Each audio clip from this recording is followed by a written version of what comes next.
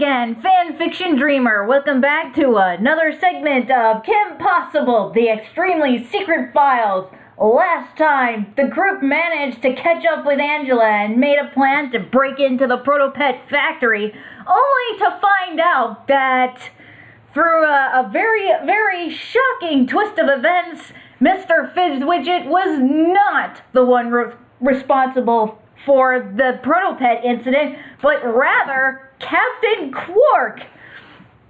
In his endeavor to try and make himself the greatest hero in all of the galaxy, only to have fluked very badly and turned the Protopet into a giant, massive monster, one in which Kim and Ratchet will have to fight off. Alright, let's get started with this story. Oh man, I am nearing the end. Oh, I can't wait to finish this. Okay, continuing from the last time, as I had to make a brief, I had to stop immediately due to the time being, well, the last video being long enough. Okay, on with the story. Arriving into battle, Kim and Ratchet worked together to fight against the vicious beast. It had proven to be a very tough battle, perhaps even their toughest yet. The beast fought back in several different ways, all of these attempts that were very dangerous and potentially deadly. It threw everything it had on them, and even threw up some of them. Ew. But they were really able to hold their own and managed to handle them all. It was a very, very long and tough battle, but they were eventually able to defeat the beast and brought it down. After the vicious battle, Angela came walking in. You did it! She kissed both Ratchet and Clank on their heads and closely embraced Kim.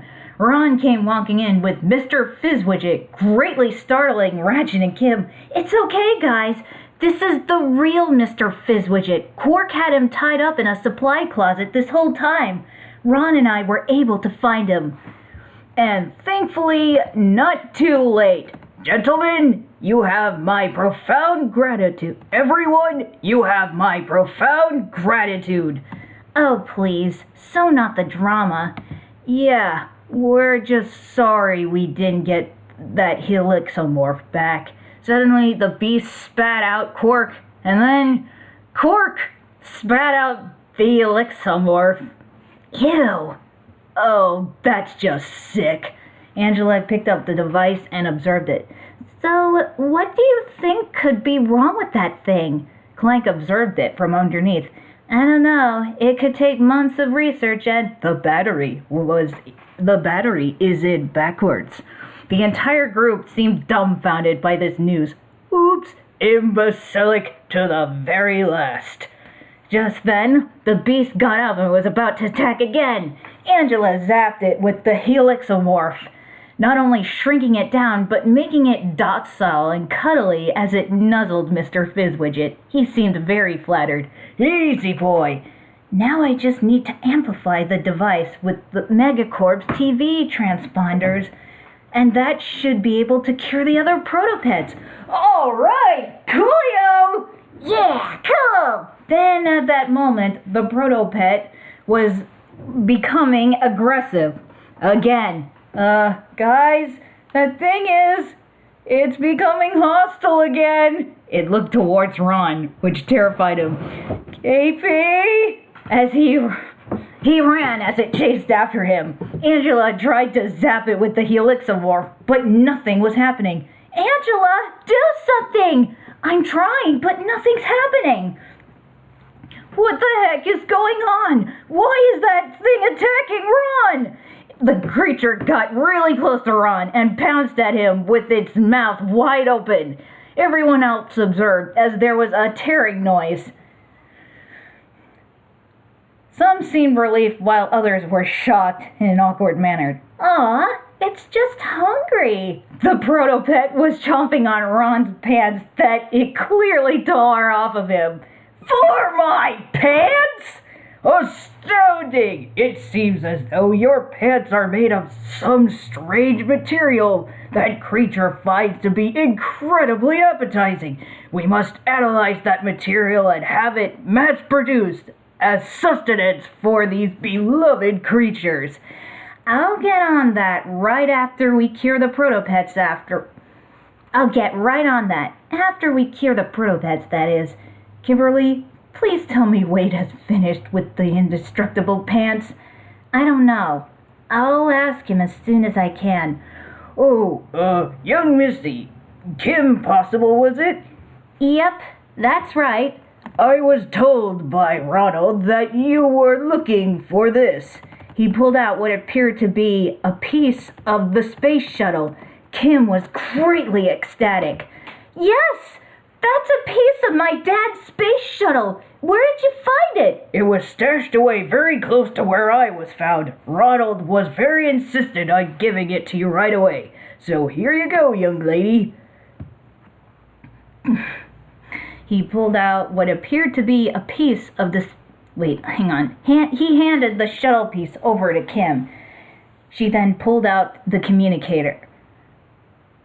Wade, we found the final piece, but just to verify, we did collect all of the pieces, right? Wade checked on the monitor. Yep, every last piece has been accounted for. Yes, that's great! Did you hear that, Ratchet? Yeah, we did it, Kimberly! Now we can finally rebuild your dad's space shuttle so that we can go after Draken and She-Goat and take back your dad's space station. They were both so thrilled that they embraced each other and spun around. They then stopped and became mesmerized by each other for a brief moment, edging their faces closer together. Ahem! He stopped and looked towards Angela. You know, you guys have helped us out tremendously. So, if you would like, we would gladly rebuild the space shuttle for you. Really? Are you sure that you want to help us out? But of course, we owe you so much for your help. Also, Megacorp has some of the best mechanics, engineers, and researchers money can buy. We'll have that space shuttle of yours up and running before you know it. Well, if you insist, then okay. Just to let you know, we have been working on some modifications to the shuttle a while back. There was still one bit of work that needed to be done before it was stolen and broken up by Draken. That won't be a problem. I would be more than happy to finish up that last modification for you. Okay then, here you go. She handed all of the shuttle pieces to Angela. Treat it well, okay? It's a unique space shuttle, to say the least. Will do. At that time, Quark attempted to sneak away. Not so fast, dummy head! He was then startled by suddenly noticing Lilo, Stitch, and several of Stitch's cousins. You'll go nowhere, troublemaker! No need to get nasty on me. Easy, little ones, easy. Lilo, Stitch! Everyone rushed towards the duo and the other experiments. Didn't think you guys would show up here. Yeah, we made our way here just after the broadcast by this dummy head was made. Several times during the broadcast, one of Stitch's cousins reacted. Fibber, or Experiment 032. He reacted every time someone tells a lie. So when he was talking about stopping this horrible catastrophe, or even trying to pin this on you guys, we knew immediately that something was amiss. So we got here as fast as we could to help out. Wow, that's great! Thank you so much. It was no trouble. Lilo and Stitch and our Ohana only want to help out Kim, Ratchet, Ron, and Clank, since they helped us out. It's our way of saying mahalo. Yes, that is very nice of you, but your help is not needed. Everything is under control. Yeah, the proto-pet threat is being neutralized, and the person responsible for all of it has been thwarted. Well, Actually, he was self-foiling. Not surprising considering how much of a dimwit he is. Yeah, we noticed that too. We still want to help anyway, right, Stitch? Well, if you insist, you can deal with Cork over there. It will be our pleasure. Stitch? Stitch growled as he approached Quark. No, nice blue dog thing. Hold on for a sec, youngsters. I have a better idea. I'm thinking of allowing this imbecile to pay off a hefty debt for what he has been putting this entire galaxy through. You're more than welcome to let us a hand in this. Absolutely, sir. Just tell us what you need us to do, and we'll do it. Right, Ohana? All of Stitch's cousins cheered. Okay then, let's go. They all left while forcing Quark out with them. Mr. Fidgewidget left with Angela. Ron walked out with them. By the way, I've noticed that you haven't been talking in weird vocabulary that makes no sense. You don't really talk like that, right? Of course not, young man. It was all that imposter talking that way, most likely trying to make himself sound smarter. Oh, so instead of doing that, he made you sound like some weird talking old nutcase who was completely losing his mind. No offense. None taken. As a matter of fact, I agree with you, and I'm sorry for any terrible impressions that he left on you and your friends about me. That's fine. Don't worry about that. We know that you weren't anything like that. I know he wasn't. Kim and Ratchet stood by while everyone else left. Clank also stayed behind for a reason of his own. Well, guess we should be leaving too. Sure. They were about to walk out, but then suddenly...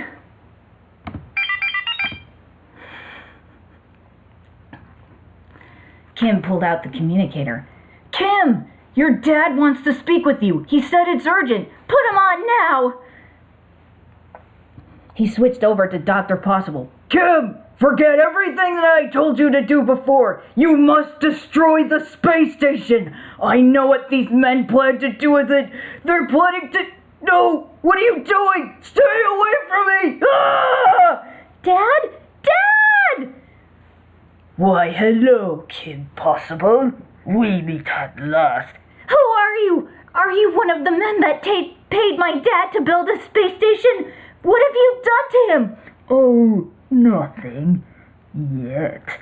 I could see that Dr. Possible broke his vow of silence and told you everything. Well, everything that he knew anyway. It's a real pitiful shame that you didn't know what your father was like back in the day. So eager, so headstrong, so full of vigor, and so easy to manipulate. What do you want with that space station? What fiendish agenda do you have in mind? Let's just say we plan on making the Earth a perfect world by purging it of all of its problems. We're intending to offer your father and the rest of your family to become part of that new world, but he wasn't very optimistic about the idea. No, never! I would rather die than be part of your so-called perfect world you intend to! Kim, along with Ratchet and Clank, listened in horror of Dr. Possible's scream of agonies. Ah! Dad! That's enough out of you, you insolent lapdog. Now then, Miss Possible, we have a proposition for you. We are willing to offer you your father if you are to return the space station to this space center. Kim, don't give in to their demands! They want to... Ah! I said keep your mouth shut. Now then, as I was saying, if you truly wish to see him alive again, return with the space station. You monster! You won't get away with this! return it to us, and we will spare his life. But be sure that it is brought back completely unharmed. If we see so much as a single scratch on it, your father bites the big one." The transmission was severed. "Dad! No! Dad!" She tried to reestablish communications with her dad, but it was no use. Wade then appeared on the communicator. "Kim, this is really bad. What do you think we should do? Kim? Kim? Kim!" Oh man, this is getting good. She was far too distraught from what just happened to even say anything. She fell to her knees and dropped both of her arms. Dad. Ratchet, upset to see her like this, ran to her and grabbed her by her shirt with both hands and held her close to his face. "Kimberly, get a hold of yourself. I know things are dire, but you've got to snap out of it. Your dad needs this from you. Kimberly! Kimberly!" "No. My dad, Dad, he's billions light years away, and I can't do anything I can't get to him. I don't know what to do. I'm too far away to do anything about it. Please, someone, anyone, please help me. Save my dad."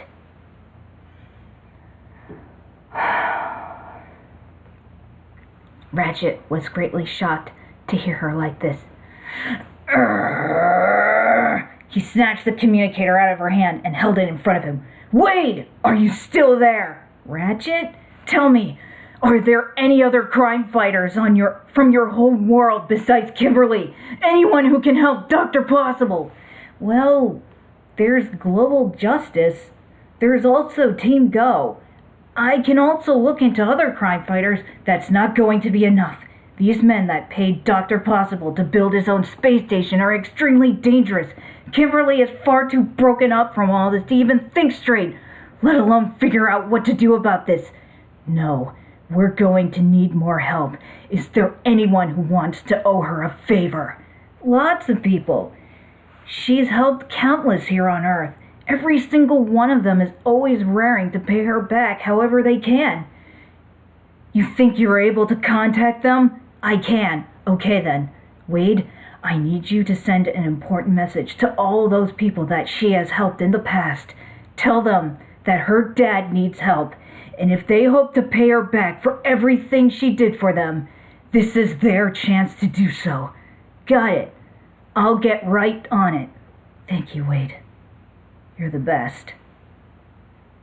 He deactivated the communicator. He then glanced at her in a sweet and caring manner, then approached her again, kneeled in front of her, and gently placed both of his hands on both sides of her head. "Kimberly, everything's going to be okay. Wade is working on saving your dad as we speak. Don't worry, everything will be okay. I promise." She pulled herself out of her distraught state for those few moments and looked at him, touched by his words. "Ratchet." They had their moment together. Clank took notice of this, even though he was tending to his own tragedy. "Come on, let's get out of here." They got themselves out. "Wait, what about Clank?" They looked over and noticed Clank tending to the female bot that was badly damaged earlier. Kim and Ratchet looked at each other, then went over towards Clank. "Hey, it's okay. I can fix her. I promise." Clank looked up at him and smiled. "I know you can, considering that you have already fixed someone else." Ratchet looked at Kim.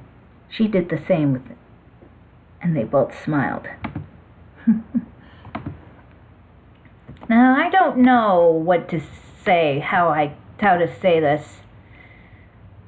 For many people who would not like the idea of Kim being as distraught as she is, considering that she can handle anything, you got to understand something. She is millions and millions of light year away from Earth. And her dad was in a lot of peril. And she knew that there was no way she could get to him in time.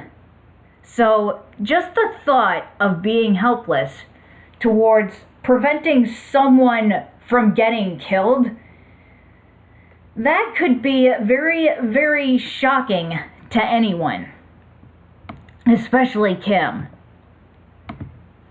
So I do not think she has ever been put in this situation. Yeah, her dad has been in peril before, but she was able to handle it. But that was because she was able to reach him in time and help save him. In this case, it's very different. She's never been into space. She's never been millions of light years away from her dad.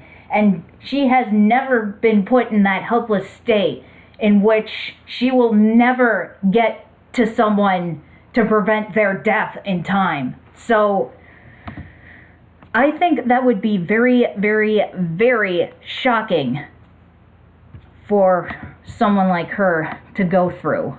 I went on the wrong thing. So yeah. Anyone who goes through that would be so distraught in such an emotional state. I don't think I'm going to be able to finish the story. But I will do whatever I can to finish as much of it as I possibly can. Actually, you know what? Yeah, I think this can work. Now on with continuing the story. Much time later, the space shuttle was reassembled. It sat directly outside the facility. Angela and Mr. Fizzwidget stood alongside the ship in front of Ratchet, Kim, Ron, and Clank. I have to say, you've really done a fantastic job with reassembling my dad's space shuttle. Well, it was no big deal. Bringing the pieces of this alien shuttle really did take a lot of time. Really didn't take a lot of time at all. It was highly advanced. It wasn't highly advanced. Don't get me wrong, I'm not calling your technology primitive. The human that built it was quite impressive with being able to understand technology from another world. Absolutely! You should at least be proud of how far you humans have come. And I know that you are smart enough to understand so much more. Yes, thanks. And yes, we are well aware of that. There have been numerous amounts of alien technology built into the shuttle, and I was amazed with how very little effort it was for my dad, and even me, to understand most of it. Yes, I have been able to take notice of that. All of you have done a phenomenal job with the modifications to it, especially you, Ron. So applying the finishing touches were a cinch. We really do appreciate your help with this, even though we kinda played a role in causing this protopet disaster. Oh, think nothing of it. As a matter of fact, I'm partially to blame for this. I should have told you exactly what's been going on from the start. I'm well aware that you guys did what you thought was right. Hopefully this will make us even. It's good enough. Great. Now that we have the space shuttle back in one piece, we can finally bring the fight to Draken and Shigo and put an end to their evil scheme once and for all. Yeah, absolutely. Let's do this. Kim still seemed concerned. Do you think my dad will be okay? I'm not sure. All I can say is Wade is doing everything he possibly can. But for now, we have a space station to take back. Okay, let's go. Kim and Ron got into the space shuttle. Ratchet was able to get to his. So, are you really going to leave with her? Yes. We've started this together from the very beginning, and I want to end this with her. I want to help her finish her mission. Okay, but come back in one piece. Sure, will do. I'll return. He then went into his ship with Clank. Both ships took off and left the planet. Oh my goodness. I think I'm going to stop here for now. Oh my gosh, that was such an adventure. Next time on Kim Possible, the extremely secret files. Kim, Ratchet, Clank, and Ron, and Rufus, of course, will finally take the fight to Draken and Shigo and bring them down once and for all. But what will become of the space station? Will Kim bring it back in exchange for her dad? Or will she ignore the mysterious man's demand and destroy it at the cost of her father's life? We may never know. So until then, stay tuned.